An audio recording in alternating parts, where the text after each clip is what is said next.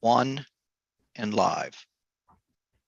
Good afternoon, everyone. Welcome to the MES Board of Directors Human Resources Committee meeting. The first item on the agenda is the approval of the minutes from September 29. Are there any matters to be discussed or questions asked with regard to those minutes? And Pam, I do have a couple of typo corrections that I'll be sending over to you after the meeting. And if we have no other comments or questions, the September 29, 22 minutes will be approved. The next item on the agenda will be a presentation by Mr. Patel with regard to a proposed COLA increase for MES employees.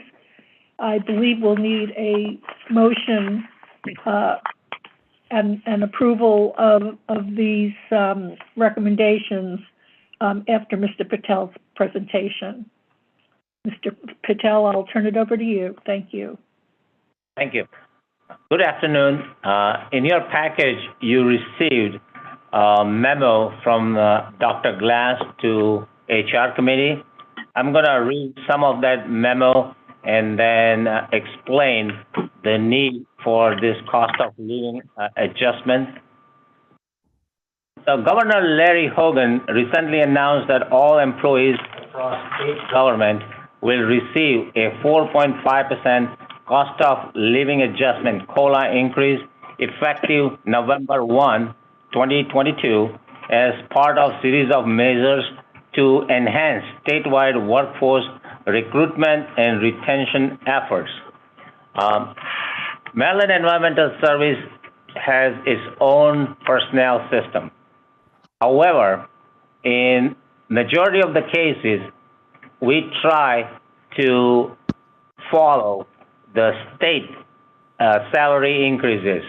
We do not always follow that, but we want to be at least in line with what the state provides to the state employees.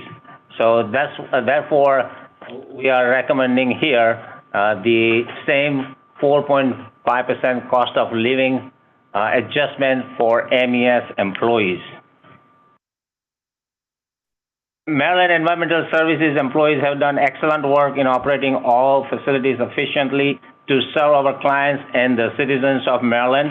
In appreciation for the dedication and hard work of the employees, taking into consideration the rising cost of living and to provide 4.5% COLA increase similar to the other state employees, Dr. Glass is asking that, he recommends the following salary increase for MES employees.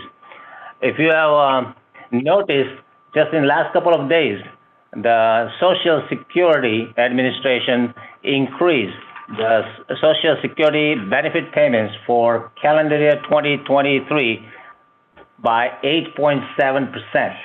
Now, the Social Security payments are based on Consumer Price Index, which is determined by the Labor Department for urban wage earners.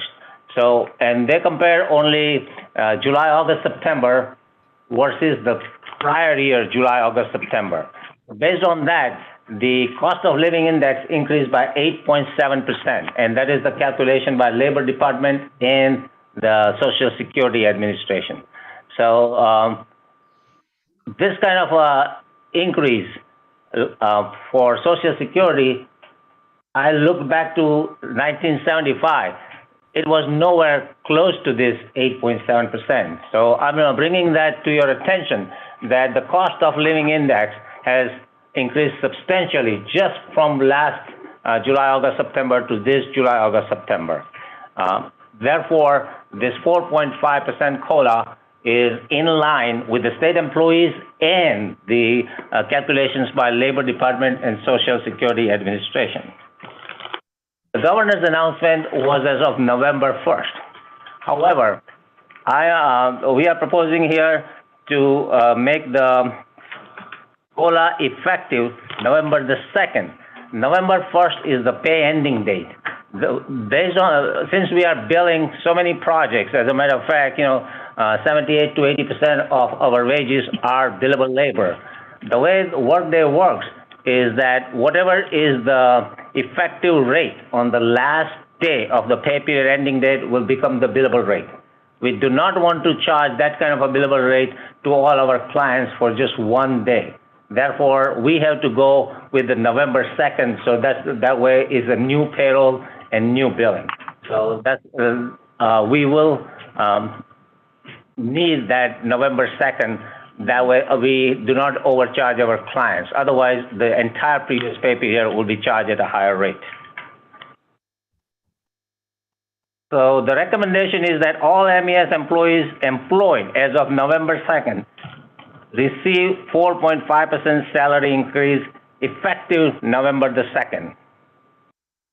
Employees whose salary after 4.5% COLA will exceed the maximum allowable salary for their grade will receive salary increase up to the maximum salary for that grade. So after 4.5%, no employee will exceed their maximum allowable for their grade. Employees whose salary is at the maximum or above for that grade will not receive any salary increase. If they are already above, at or above maximum, they will not receive any COLA increase. The next couple of presentations will highlight how we are managing that, so only very few employees will be affected. This salary increase will not be applicable to the executive director and deputy director of the Maryland Environmental Service per our Reform Act requirements. So considering the inflation, the determination by Labor Department, the Social Security Administration, and based on the governor's announcement to increase, to grant 4.5% COLA to all state employees, hereby, Dr. Glass is asking for your approval to grant 4.5% COLA increase to MES employees also. Do you want to add anything, Dr. Glass? No, I don't. Your approval to go to the full board to ask for the request, that's the only addition I have. But the three items are connected, and I'll talk about them at the appropriate time. I agree with the recommendation. I mean, inflation's crazy right now, so. Can I have a motion that we approve the proposed increase to the COLA at 4.5%, which we will then recommend to the board for its approval? So moved. Is there any discussion or questions of Dr. Glass or Mr. Patel on this? Just a quick question. I know that Dr. Patel said this already, but I want to make sure I understand. There is, once an employee gets with his increase or her increase of 4.5%, if that takes them beyond the current pay for that grade, that's going to be the person's amount will be cut back to the grade, or Correct. It's the maximum of the grade. to the next. So they may not get the full 4.5%, but we will give them whatever COLA, whatever dollar amount that would not make them exceed the maximum. So they will get some. But if the employees are already over their maximum, they will not get any. But Dr. Glass has some more discussion on that too.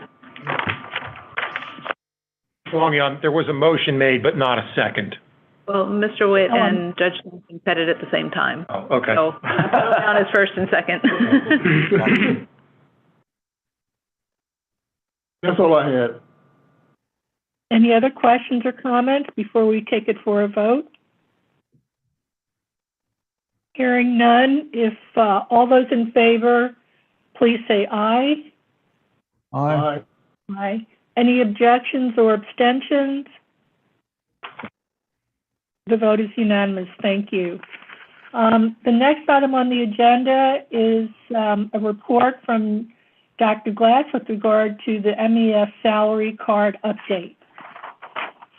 Dr. Glass? Thank you, Ms. Wong. So this board approved on April 28th, 2022, the report from the MGT Consulting Group. And I'm happy to announce that all of the grade change recommendations in that report have been implemented at this time for all of the job classifications. But I discovered approximately 6 weeks ago that I was informed, it wasn't a discovery, that a significant number of employees, approximately 91, were over the maximum. However, I also learned that the MES salary card, except for the first grade, had not been changed since November 2017, fiscal year 2018. When comparing with the state, they don't call it salary card, but the state grade salary schedule, the state had changed significantly in that time, the state card. Obviously, we're separate, but in essence, I learned that over the last 5 years, when performance-based compensations or COLAs were awarded, there were no adjustments to the rest of the card except for grade 1. The grade 1 change that had occurred through the MGT study was also connected to the state minimum wage moving to $15 an hour and MES approving that. So this is another recommendation that the minimum, midpoint, and maximum for each of the grades in the MGT study be adjusted by 10%. This does not change very many salaries. There will be a small number of salaries. Right now, the data, which is because we applied all of the grades and we're working through it, and at the same time, because of this lack of knowledge on my part, or we're not being informed, I've also been asking the internal auditor to audit the data as HR and finance are making changes so that we're making sure that all the data is accurate.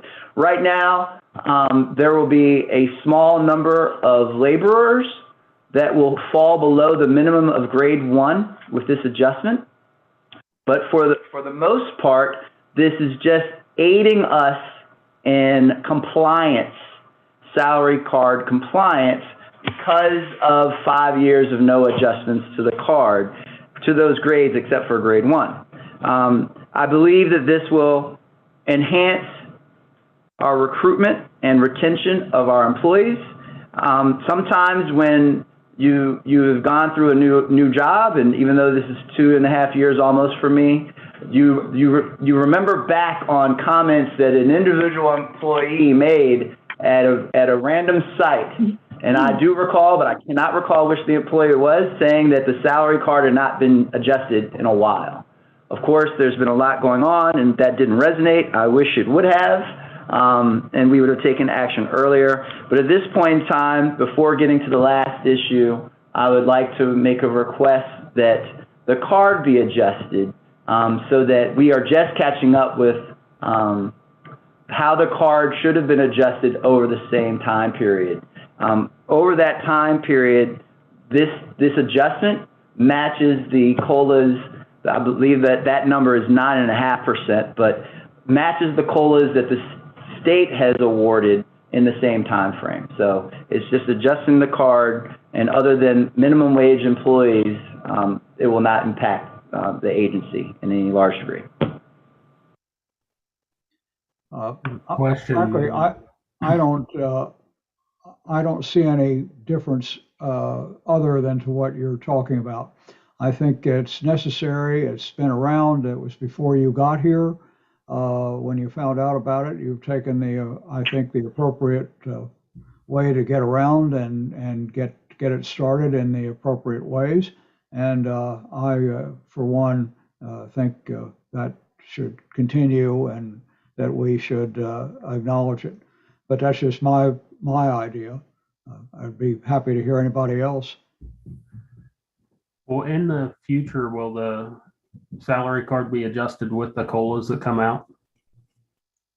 So yes, so the issue that we find here at MES is that we have both programs, both a performance-based compensation and when a governor directs a COLA, most of the time the board does approve. So I do intend to recommend that we have the class and comp studies every other year. So we'll be looking for one in the next fiscal year, in fiscal year 24. But even in lieu of that, that we keep our eye on when there's a COLA, it should be automatic like it is in the state that we adjust the card. And if we have a series of performance-based compensation years and there has been no COLAs from the state, that we should, at that point in time, look at possibly a consultant or on our own volition, understand that if we don't adjust the card, then we will have people maxing out, and then some of those people that max out may choose to leave because they will then be compressed. So yes, I do plan on a regular basis, every time the board is asked to act, evaluate the situation and see what's occurring. And then bring a recommendation to the board. Dr. Glass, can you address why the laborers are not covered by this? No, they are. The reason why they're not covered is because if you look at the minimum wage, we do have some laborers that are in the minimum wage category in grade 1 at $15 an hour. The new state minimum wage, I sent it to you in an earlier email. I believe on the state card it's $15.70 or $15.80. Thank you, Mr. Patel. It's $15.80. So at $15 for our laborers, we were actually currently hiring laborers below what the state agencies hire them at. And when we talk about that, and like data I've shared with you, there's no reason why a laborer would maintain a job with MES, because we also give fewer benefits for long-term employment. We do not have a pension and we do not have medical and retirement. So if we are paying the same rate, or in this instance lower, when we have laborers on sites at state facilities, they will leave us, and that's part of the churn that you see in our retention. So so with this, they will be adjusted to $16.50, the new minimum for MES. Okay. So it does apply to them. I didn't mean to say what I was stating is that they will be underneath the minimum. For most of the other job classifications, that data is still being analyzed and confirmed through audit, but we actually have no other job classifications where people are below the minimum other than grade 1. Thank you. If there are no other comments, I'd be happy to entertain a motion and a second to approve the proposed modifications to the salary card for recommendation to the board. I so move. So moved. Second. Thank you. Any other questions or comments before we take a vote? If none, all those in favor, please say aye. Aye. Aye. Aye. Anyone abstaining or voting no? If not, the motion carries. Thank you, everyone. The next item on the agenda is with regard to the salary grade compliance, which I'll turn back to you, Dr. Glass. So as I mentioned in early September, mid-September, I was made aware of a significant amount of employees that were out of compliance from what I am familiar with in their grade. This had there were multiple factors, as we've been alluding to. and that we should be mitigating, are being mitigated by the actions that you've already addressed.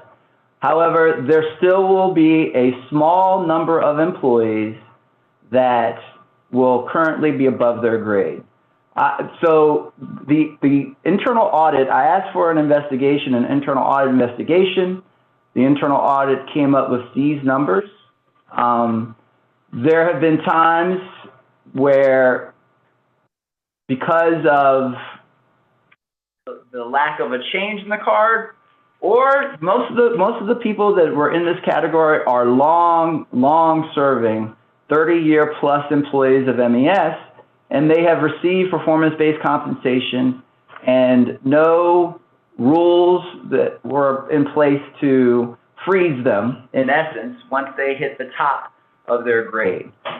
So when Workday was implemented 3 years ago, the ability for the warning to be ignored of someone being over their grade it just is a switch that can be ignored by one person in human resources. So that also led to the fact that someone choosing to allow someone to go over their grade was literally the decision of one person with no input to the director of HR or to other managers, including the executive director. Next slide. So this is most of this, by the way, this item is not necessarily a request for a vote because this is really business practices, but I definitely wanted to make you aware.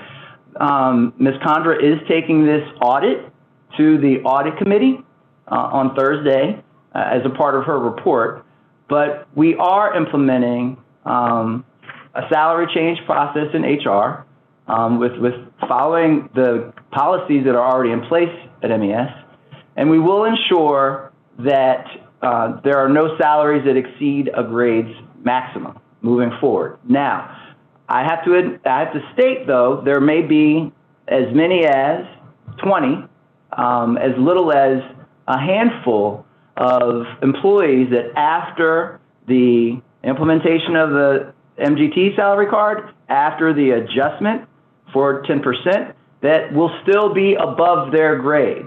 I have discussed this with Judge Schmoken as the chair. I've mentioned it here again. I do not believe that I believe that they should be frozen, even though they are above the grade, and that no money should be taken from an employee that it was not their fault that they were awarded salaries above their grade. They will be notified by staff, if they haven't even already, that, well, they haven't already because we haven't gotten through this process, but after the board makes their full vote, we will calculate how many staff are still above the maximum, and they will be informed that they are, and that they will be informed that they are not receiving the COLA, and that they will not be eligible for performance-based compensation until their salary falls in line with their grade. So we're implementing segregation of duties in Workday so that the chief of HR is made aware. We're eliminating any bypassing of increases over the maximum for a grade moving forward. And the chief of HR is going to be required to notify me of any salary structure matters and engage the managing directors to reach a solution.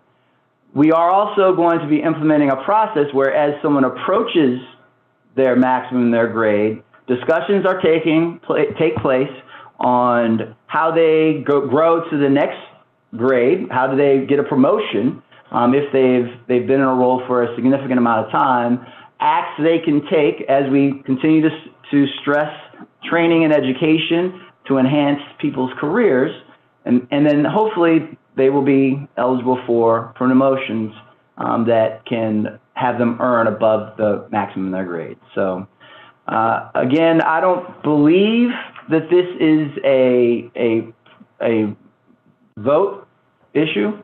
You don't need This to is, vote. this is a management information, and explanation, item. And I just wanted to inform you of the, as the HR committee, I wanted to inform you of the internal audit that's taking place and the acts we are taking place to make sure that, this type of problem doesn't occur again. Happy to answer any questions. Well, I think you're on the right track, and you're on the right track because if you want to be nasty about it, you could say, all right, you have to turn back to the MES all of the overheads that you had over the period of however many years. And we're not doing that. The money is not being taken away from them. It is just changed with regard to the circumstances that have arisen. So I think you have put it into the right category, just the way I looked at it. So. Thanks, Judge. Yes, sir. Next. All the 90 people or so, were they all mostly in the, I'm gonna use the wrong, I was gonna say, field, what type of position? They are in every category of position in the organization: back office, front office, field, site. There were examples. Now, again, the actions I will have analysis for you all, but the actions that you're approving today and that we hopefully are confirmed on Thursday will mitigate this to a large degree. There were some people that are very close to the grade maximum, so a 4.5% COLA takes them over. And then we will be stressing with managers that people that are at the max, they should be highly considered for not just best, which everyone gets, but best plus in how they look at their performance. If they're leaders, but they are an equipment operator that has just been in the job for a very long time and is maxed out. Thank you all. Thank you.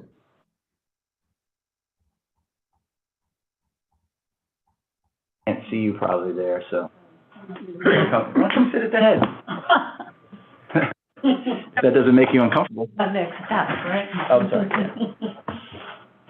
Dr. Glass, you mentioned earlier that a fuller analysis was going to be made available to the board.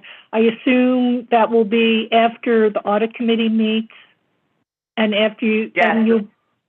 Okay. Because I had I had a couple of questions, but I think they may be more germane to when you finalize your analysis. So I'll just wait. Okay, so part of it will be in the internal audit and present it to the audit committee, but then the results, what I think your questions probably relate to the items related to the audit. However, the final product will take a month for us to take all the actions, have the cost of living adjustments be applied, and then have results of how many are still in a given category, how many people are still in a given category. We'll update the board on that. Perfect. Thank you. Anybody else have any questions of Dr. Glass before we move on? And lastly, but not least, and we certainly heard a lot from Carla today, but we have Ms. Fleming, who will be also reviewing again the sex harassment policy update. Yes, thank you, Ms. Long. So this should be the last time you all will hear from me today. And we did cover the sexual harassment policy in detail earlier, but I guess, put that cart before the horse when I was discussing these changes in the definition. So effective October 1st of this year, 2022, we received the new language that you see in front of you in red, and I highlighted the specific comments such as conduct which need not be severe or pervasive, And then down to item 3, based on the totality of the circumstances, the conduct unreasonably creates a working environment that a reasonable person would perceive to be abusive or hostile. And then further down, the victim as well as the accused may be of any gender. The victim does not have to be of the opposite gender. So this is new language. If you go on to the back or next page, it also pertains to the employee's direct supervisor, a supervisor in another division, a coworker, or a non-employee. The victim does not have to be the person harassed, but could be anyone affected by the offensive conduct. So 2 points to make here. One, it could be a client or quote unquote customer, however we view the people that we work with, customers, vendors, clients, etc. All of the above are included in this new language. And the victim doesn't have to be the person harassed, but again, anybody affected by the offensive conduct, which we discussed earlier. And the behavior may be tolerated by some individuals outside of the workplace, but it will not be tolerated within the workplace. The ignorance or intentions of the harasser are irrelevant. So it is, it's rather loaded in all the different aspects that are being brought into this definition, includes many people. Again, the clients and vendors is a, area that concerns me, although those are issues that we have always investigated, always looked into anyway. Anytime any of our employees are made to feel uncomfortable by a client or vendor, we address it. But now it's just that this language is proposing that this is part of the sexual harassment policy in the state of Maryland. Thank you, Ms. Thank you very much, Ms. Loving. Counsel, do you have any comment with regard to this in terms of its statutory force? Well, it is a new requirement under state law. So the act that is being recommended today is to conform the MES policy to what is now state law. Okay, thank you. I have nothing else on this. We will need a motion and a second for the HR committee to approve the updated sexual harassment policy so that it can be recommended to the board. Is there a motion and a second? I'll make the motion. Second. Thank you. Any other questions or discussion with Ms. Loving? Hearing none. All those in favor of the board adopting the sexual harassment policy, please say aye. Aye. Aye. Any abstentions or noes? Hearing none, the motion passes. And with that, I think we've concluded the October Human Resources Committee meeting, unless anybody else has any other item they want to raise. Well, I just like to say how well all of this has been put together for us to take a look at. And I'm sorry they're taking care of the lawn outside, so it sounds like you're next to a locomotive. But anyway, so thank you all very much. A lot of time, effort went into all of this that we had today. So thank you. And thank you, for all of your work on this. Thank you, everyone. And with that, we can adjourn our meeting. I guess we don't need a motion to adjourn the meeting, do we?